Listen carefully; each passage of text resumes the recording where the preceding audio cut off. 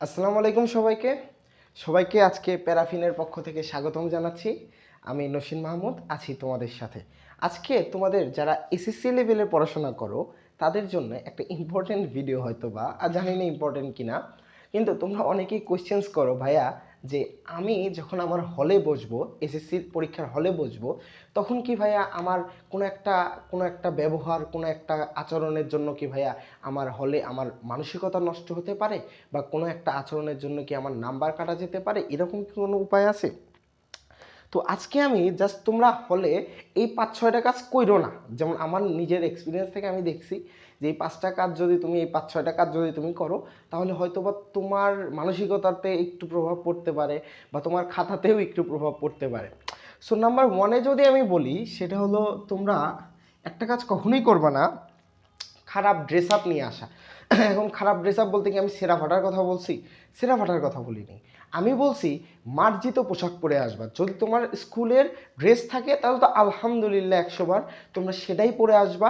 আর যদি সেই ড্রেসটা না থাকে তোমাদের কলেজে, স্কুলের, কলেজের বলছি স্কুলের, যদি সেই ড্রেসটা না থাকে তাহলে তোমরা সুন্দর করে বাবা, সুন্দর করে একটা মার্জিত ফর্মাল ফর্মাল ফর্মাল একটা ড্রেস ড্রেস পরে আসবা, ফর্মাল ড্রেস পরে আসবা, যেন তোমাদেরকে মানে অন্যদের থেকে তোমাকে আলাদা না করা যায় এইসব উল্টাপাল্টা বেয়াদবির জন্য। এইসবকে আসলে বেয়াদবি বলা যায়। সাইডে কনস্ট্রাকশনের কাজ চলছে, so I am so sorry.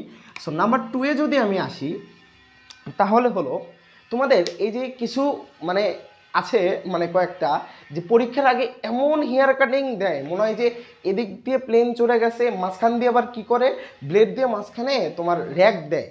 তো এগুলো করো না ভাই। এগুলো তোমরা যখন করো করো, তোমরা এসএসসির পরে করো, আগে করো, যখন করো করো, তবে পরীক্ষায় যখন যাবে তখন যেন মাথায় এসব না থাকে, তোমাকে যেন একদম প্রপার একটা স্টুডেন্টের মতন দেখা যায়। Looks like a looks like a student student একটা ছাত্রের মতো যেন তোমাকে দেখা যায়। এই জন্য dress up first of all, এবং তারপরে তোমার চুলের কাটিং এটা যেন খারাপ না হয়। তো তার পরবর্তীতে যদি আমি আসি, তারপরে যদি আমি আসি, তাহলে নাম্বার 3-তে আমি বলবো যে তোমাদের কিছু মানে উঠতি বয়স, একদম রক্ত গরম, তো এই কাজগুলো করা যাবে না। হ্যাঁ, তোমাদের স্পিডকে একটু দমায় রাখতে হবে। হলে তুমি পরীক্ষা দিতে গেছো, একটা পাবলিক পরীক্ষা দিতে গেছো, ওখানকার মেয়র, ওখানকার চেয়ারম্যান তোমার মামা, চাচা, খালু বা তার আত্মীয়, তুমি কোনো একটা বিশেষ দলের হ্যান ত্যান যে হও হও, ওখানে তোমার এটা দেখার বিষয় না। ওখানে তুমি তোমার ভদ্রতার সহিত তুমি যাবা। আমি কি বোঝাতে যাচ্ছি? আমি বোঝাতে যাচ্ছি তোমরা অনেকেই ঝামেলায় জড়ায় পড়ো, এই বন্ধুর সাথে, তোমার এই পরীক্ষার্থীর সাথে ঝামেলায় জড়ায় পড়ো, ওর সাথে ঝামেলায় জড়ায় পড়ো। যদি তোমরা কারো থেকে দেখতে চাও, সে যদি দেখাতে দ্বিমত পোষণ করে, তোমরা তাদের প্রতি একটা মানে হুমকির স্বরূপ একটা কথা বলো। ভাই এসব করা যাবে না, এসব একদমই করা যাবে না। এসব করলে ফার্স্ট অফ অল কী হবে? ফার্স্ট অফ অল তোমার মানসিকতার উপর প্রভাব পড়বে, তোমার মন খারাপ থাকবে। একটা একটা মানুষের সাথে ঝামেলা করলে নিশ্চয়ই তোমার মন খারাপ থাকবে ভাইয়া। তুমি একদম মন দিয়ে ভিডিওটা দেখো, তোমার মন খারাপ থাকবে, ওই ছেলের মন খারাপ থাকবে, এনভায়রনমেন্ট খারাপ হবে, টিচার যদি সেটা দেখে তোমার কিন্তু খারাপ হয়ে যাবে ভাই। সো তোমরা যখন করবা কি, তোমরা কি বি হ্যাপি, তোমরা হ্যাপি থাকবা, সবসময় হ্যাপি থাকবা, হ্যাপি থাকবা। তোমাদের কোনো মারামারি করার দরকার নেই, নো মারামারি, এটা লিখে দিই, নো মারামারি। কোনো মারামারি কাটাকাটি এগুলো দরকারই নেই ভাই। তুমি কত বড় কি, পরীক্ষা শেষ হোক ভাই, তারপরে দেখা যাবে, কিন্তু পরীক্ষাটা চলাকালীন কিচ্ছু দেখানোর দরকার নেই। আর আরেকটা কথা যেটা নাম্বার 4-এ আমি বলবো, সেটা হলো তোমাদের সমস্যা, জানি না কি হয়, তোমরা দেখাদেখি করার জন্য এতটাই পাগল হয়ে যাও যে দেখা গেছে যে একজন মানুষের, একটা স্টুডেন্টের খাতা তোমরা সামনে থেকে কি করছো, নিয়ে আসছো, খাতা নিয়ে আসছো, মানে ডাইরেক্ট এই যে এগুলো প্র্যাকটিক্যাল, তো যাই হোক তোমরা খাতা নিয়ে এসে যে এইভাবে খুলে রেখে দিয়ে এভাবে করতেছো। ভাই এটা তোমার বাড়ি না, এটা তোমাকে মাথায় রাখতে হবে যে it's not your home. So এখানে তুমি এইভাবে বিহেভ করলা, যেভাবে বিহেভ করলে তোমার বাড়ির লোকজনরাও রেগে যেত, তো তোমার টিচাররা রাখবে না তো কে রাখবে? তো এরকম ব্যবহার করা যাবে না। তার মানে নাম্বার 4-এ যেটা, যে মার্জিতভাবে দেখাদেখি করা লাগবে, মার্জিত ভাবে থাকতে হবে, মার্জিতভাবে থাকতে হবে। এমন কোনো কিছু করা যাবে না।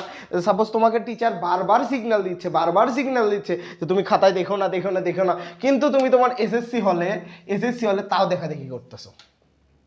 খাতা নিয়ে নিল, 10 মিনিট খায়া দিল, তো মারা কার গেল? হ্যাঁ ভাইয়া, কার সমস্যা হলো? টিচারের সমস্যা হলো? তোমার কি মনে হয় টিচার ওই দিন রাতে যা কান্না করবে? কান্না করবে না কিন্তু। তোমার লাইফ থেকে, তোমার এসএসসি পরীক্ষা থেকে 10 মিনিট গেল, 10 মিনিট গন। রিটেনের জন্য সময় পাও কত? 2 ঘন্টা, 2.5 আওয়ার্স। 10 পয়েন্ট গেল, তার মানে 10 মিনিট গেল, তার মানে কত? 2.4 আওয়ার্স।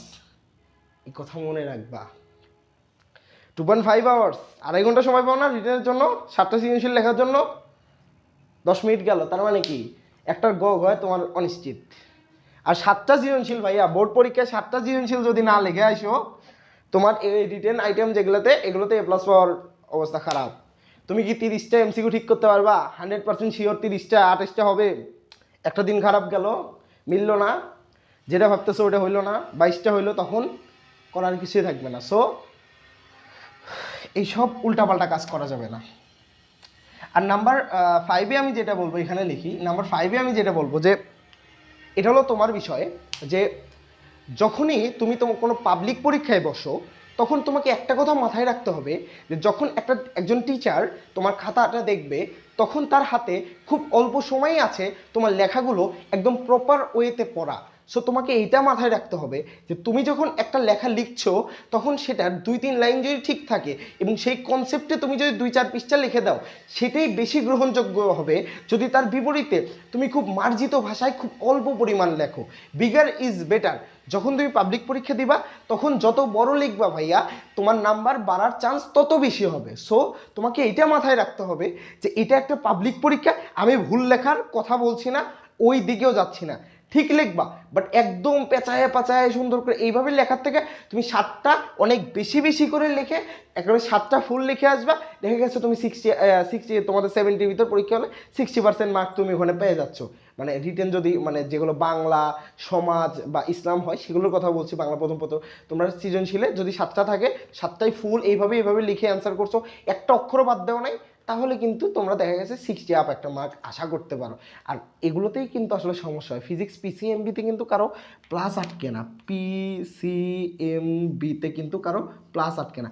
আজকের এই কথাগুলো বললাম যারা আসলে তুলনামূলক মাঝারি স্টুডেন্টদের জন্য, ভালো স্টুডেন্টরা ফলো করতে পারো। তবে আসলে যারা ভালো স্টুডেন্ট আছে তাদের এত কিছু পরিসংখ্যান লাগে না, তারা এমনিই পারে। কিন্তু যারা তুলনামূলক দুর্বল আছো বা যারা এ প্লাস পাওয়ার জন্য পড়াশোনা করছো, সো তোমরা এটা করলে কিন্তু এ প্লাস আর গোল্ডেন এ প্লাস, সো এটা আশা করছি যে তোমরা এই বিষয়গুলো মাথায় রাখবে। এগুলো জেনারেল নলেজ, কিন্তু তাও আমি একবার মনে করে দিলাম যে তোমরা এগুলো মাথায় রাখবা। দরকার নাই ভাই পরীক্ষার হলে অতিরিক্ত তাফালিং দেওয়ার কোনো দরকার নাই। তাফালিং দেওয়ার